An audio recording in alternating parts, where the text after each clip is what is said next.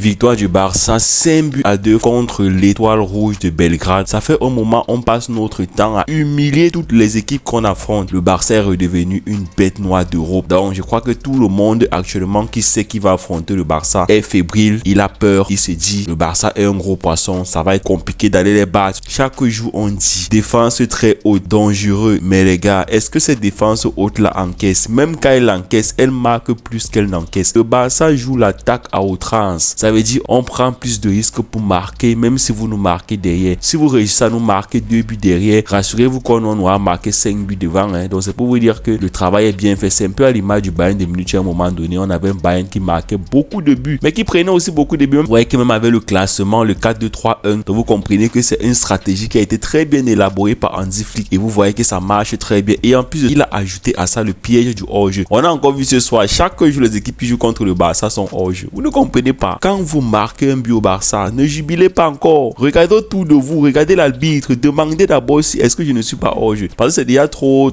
flagrant. Toutes les équipes se font piéger par le hors-jeu. Parfois on a l'impression qu'une équipe se dit qu'ils vont gérer, mais ils ne parviennent pas à gérer. Tellement le Barça joue bien le hors-jeu. Et je vois beaucoup de gens nous dire, ouais, un jour ils vont finir par encaisser, ça va passer et tout. Mais bien sûr, voilà ça qu'ils ont encaissé 2 buts. D'ailleurs, bravo même à l'Étoile Rouge de Belgrade. Et ils ont pu marquer 2 buts à Barcelone, chose que le Real n'a pas pu faire, chose que beaucoup d'autres gros clubs n'ont pas pu faire jusqu'à présent. Les gens passent leur temps à critiquer la défense du Barça, mais ils ne sont pas en train de se rendre compte que cette défense est en train de faire du bon boulot. Franchement, Jules Koundé, les gars, le niveau que le gars a ces temps, je ne comprends pas. Jules Koundé est devenu monstrueux, mon frère. Après, on va dire que c'est l'Étoile Rouge de Belgrade, une équipe quand même moyenne pour le Barça, prenable. Logiquement que le Barça gagne même 5-2. Moi, je m'attendais à un score plus lourd parce que quand tu vois ce que le Barça proposait, Lewandowski qui a raté beaucoup de buts, Rafinha qui a raté 2 poteaux et tout. Donc, tu vois que c'est une équipe qui dominait largement son adversaire. Ça veut dire que le Barça aurait même pu tuer le match là même à 7. Et le deuxième but que l'Étoile de Belgrade marque, moi je crois que c'est un relâchement. Vous savez quand Hansi Flick voit qu'il a fait le taf, il met ses joueurs rapidement au banc. Et je vais attirer votre attention sur ça d'ailleurs parce que Hansi Flick a quelque chose qu'il fait que beaucoup n'est pas en train de voir. Le Barça se rassure qu'ils ont plié le match avant la 60e minute. Chaque fois que le Barça joue, observez bien, le Barça se rassure d'avoir plié le match à la 60e minute et ça donne maintenant la possibilité de faire des remplacements, de donner du temps de jeu à des jeunes qui sont au banc et ça permet aussi de reposer beaucoup de joueurs. Vous vous rendez compte que si le Barça mène déjà 4-0 à la 60e minute, on peut faire reposer beaucoup de joueurs. On a vu par exemple hier les De Jong qui sont rapidement sortis, les Rafinha qui sont rapidement sortis. Ça c'est compréhensif, surtout Rafinha parce que Rafinha il a le poumon, il met trop d'énergie quand il joue. Donc c'est logique qu'il soit vite sorti. Par chaque fois même on le devait tout sortir un peu tard. Donc moi je crois que cette fois-ci Hansi Flick a bien réfléchi. Le fait d'avoir sorti Koubarsi, c'est vrai qu'il a pris un coup sur la tête, mais je pense que c'est aussi une bonne idée de l'avoir sorti parce que par un moment donné il va bien falloir qu'on commence à protéger ces joueurs. Les gars, je vais revenir un peu sur Inigo Martinez parce que franchement ce gars, chaque fois on le critiquait dès que le défenseur le plus faible de Barcelone, mais franchement même quand Christensen et Araujo vont revenir là, ils ont chaud parce que Inigo Martinez et Koubarsi relance, ils sont monstrueux, balle au pied ils sont monstrueux, passe Castellini ils sont monstrueux, changement d'aile ils sont monstrueux. Araujo par contre n'est pas souvent très apte en termes de sortie de balle, c'est un joueur qui n'est pas très bon balle au pied. On voit souvent qu'il a beaucoup de lacunes balle au pied. Il est bon défensivement mais balle au pied c'est pas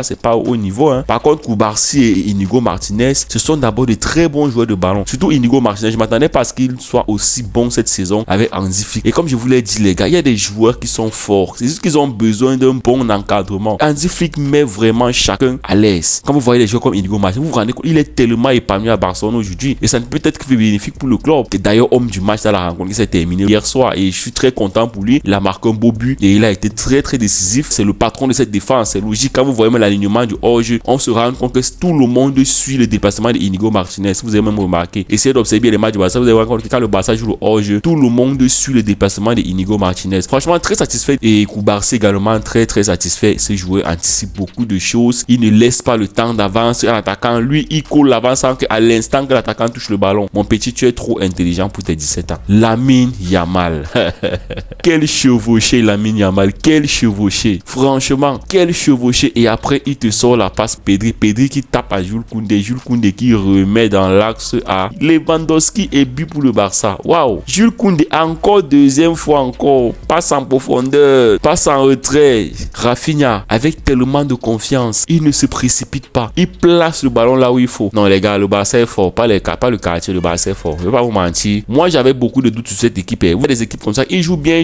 Le Barça même souvent fait ça. Genre, ils jouent bien. Après au moins ça faiblit. Mais quand les gars jouaient même bien le temps là, on voyait quand même qu'il y avait des lacunes qu'on pouvait facilement les prendre. Vous avez vu même on les prenait facilement après. Quand vous voyez les matchs actuels avec Hansi statistiques, vous vous rendez compte que, gars, c'est lourd, c'est très lourd. Ce que le Barça propose avec Hansi Flick est monstrueux. Je sais pas si vous vous rendez compte que les gars dominent complètement l'adversaire, même quand le match est dur, parce qu'on va pas se mentir. Et toi, de Belgrade, ils ont fait un bon début de match et c'était compliqué. Hein. J'ai vu même dire, mais le club, mais s'ils sortent d'où avant qu'un ami m'a dit qu'ils ont déjà eu la Ligue des Champions, il dit, ah bon? Donc, et toi, de Belgrade a déjà eu la Ligue des Champions pendant que les Paris cherchent ça pendant des années. Voilà un club là-bas comme ça là qui en se fait taper par tout le monde, qui a déjà eu une Ligue des Champions. Il dit waouh. Il a pas dit bon, je comprends pourquoi ils ont quand même ce visage d'une équipe qui veut quand même bien jouer en Europe, bien qu'ils n'ont pas le niveau. Mais les gars ont quand même cette rage de jouer là. Et ce sont les gars qui vont de l'avant. Ils sont pas venus observer les joueurs et ils attaquent et ils marquent des buts. Ils ont marqué jusqu'à 2 buts au Barça. C'est pour dire que c'est une équipe qui est quand même assez bonne. Même comme ils ont perdu tout le match jusqu'à présent. Je suis allé voir leur calendrier parce que j'ai tellement été surpris par la performance qu'ils ont proposé, surtout en première mi-temps, que je suis allé rapidement voir leur calendrier pour voir est-ce qu'ils ont réussi même à gagner un match depuis. Je me suis rendu compte qu'ils ont perdu tout le match des champions et ça m'a quand même surpris parce que quand ils voient le niveau qu'ils proposaient, doublé de Lewandowski, satisfaisant de sa part. Lewandowski fait son travail et lui n'a plus le temps. Il marque ses 2 buts chaque match. C'est du Lewandowski puis l'attaquant du Barça. Il fait ce qu'on demande à un neuf. Ah, lui il est bien parti avec Rafinha pour être des ballons d'or. Les gars, faites ce que vous avez à faire. Je sais que Lewandowski rêve d'avoir un ballon d'or. Mon mot là, cette saison c'est la bonne. Je te mens pas, c'est la bonne parce que après ça devait être compliqué. Tu prends de l'âge. Cette saison c'est la bonne et après les Lamine Yamal vont monter en puissance parce qu'actuellement ils sont jeunes. Ce qui veut dire que même si le Barça gagne le chalet trophée, ce ne serait pas eux qui seront des ballons d'or parce que sont un peu les jeunes de l'équipe. C'est toi le leader offensif. Donc logiquement si le Barça gagne la Ligue des Champions, tu es bien parti pour être ballon d'or. Donc c'est à toi. Et je crois pas que cette année il y aura des compétitions nationales avec des équipes nationales. Cette saison tu dois vraiment bosser. Il y a des équipes qui seront difficiles à battre. Je pense notamment à Liverpool. J'espère qu'une autre équipe va venir les éliminer parce que le Liverpool actuellement c'est le seul club qui me fait peur en Europe. Liverpool c'est monstrueux. On a que de parler chaque fois du Barça. Moi on n'est pas encore de voir Liverpool. Donc le club actuellement qui me fait peur, il n'est peur de personne sauf Liverpool. Même si tu n'es pas peur de City, si tu n'es pas bon l'année-ci. Ça se voit en Guardiola lui-même il est dépassé. Il parle même en conférence de presse dit que il va se concentrer sur un titre cette saison. Donc pour moi le seul club qui peut vraiment secouer le Barça c'est Liverpool. Arsenal aussi un peu. Ils ont un bon niveau également. Mais Liverpool franchement c'est monstrueux ce que les gars proposent. J'espère qu'une équipe va venir les éliminer. Maintenant on va venir éliminer l'équipe là derrière. En tout cas hâte de voir ce genre de match les potos. Merci d'avoir regardé cette vidéo jusqu'à la fin. On se retrouve pour une prochaine vidéo très bientôt. Et avant de partir je vous dis big up à Casado pour son gros travail défensif et offensif. Ce joueur est monstrueux. Voilà les gars, n'oubliez pas de vous abonner, c'est hyper important. Lâchez un max de like pour cette vidéo. Soutenez la communauté, faites-nous grandir. On est Visca Barça. Attendez, fais mon bisou avant de partir.